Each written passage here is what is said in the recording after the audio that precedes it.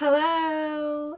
The Gecko and the Echo by Rachel Bright, illustrated by Jim Field.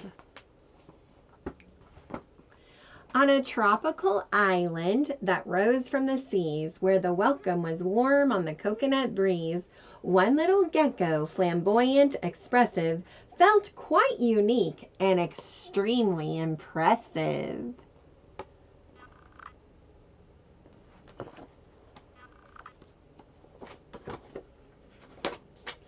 I am Goldy the Great. Check me out, drink it in, hear me sing, watch me dance. I can do anything. Someday, very soon, I will be a great star. I know if I practice that I will go far. So Goldy would prance and play to the crowd, singing songs out of tune and incredibly loud. It was 24/7. That mouth never shut. Yes, Goldy was frankly a pain in the butt. At breakfast, guess who would be first to the mango, fandangling them all with a pushing in tango. At nap time, young Goldy would sashay and croon, waking the tiniest geckos too soon.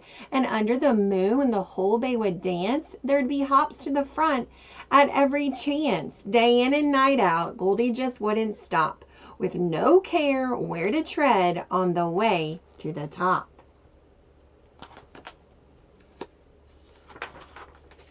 Then one fateful night, when the crickets were chirping, Goldy tried making a tune out of burping. Burp. The others decided this was the last straw.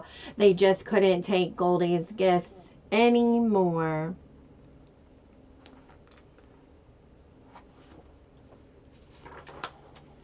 Enough, they implored. You're all me, me, me. We don't want to listen. It's too much, don't you see? Goldy was shocked, dumbfounded, and stunned. Greatness like this should never be shunned.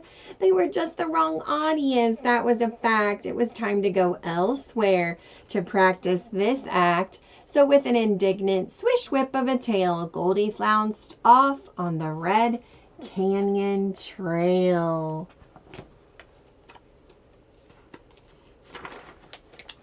In the empty crevasse, a voice could ring out, belt out a tune, free a burp, have a shout. With a smile and a jump, Goldy let out a woo! But before the next whoo came another voice too, woo!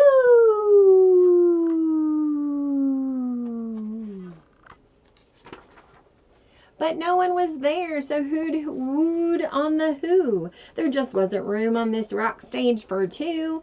Goldy tried singing a tra-la-la-la, but got drowned out by singing that bounced twice as far. Tra-la-la-la-la. And the song was not good. It was all out of tune. Who, Goldy thought, is this other buffoon? Be quiet, Goldy hollered. Be quiet, came the shout. This other gecko would have to get out. But then, ever so quietly across the blue sky, some surprise inspiration came fluttering by. Hello there, it tinkled. I have an idea, whispering gently in young Goldy's ear. The voice that you hear, it isn't a gecko. That shouting and singing, it's simply an echo. What? Spluttered Goldy. That can't possibly be. That terrible wailing, that ruckus was me? Well, Goldy was stumped. Could this really be true? If it was, then this knowing was urgent and new.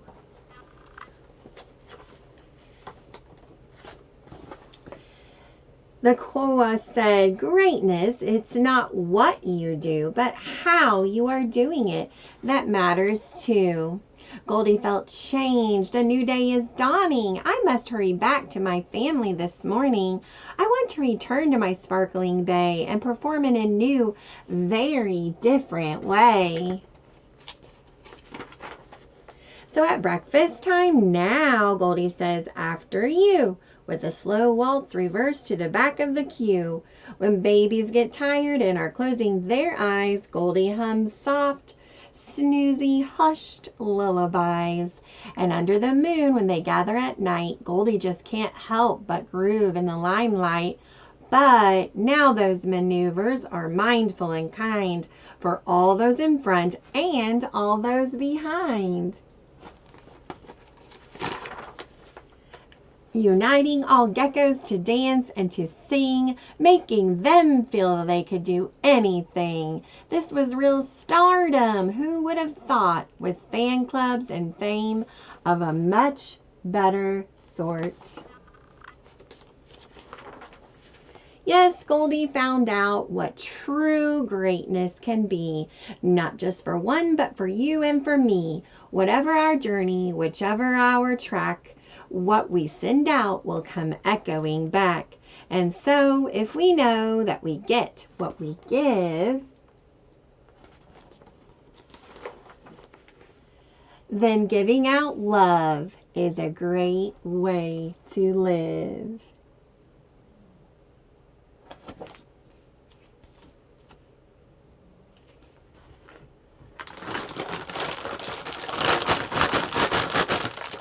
Goodbye.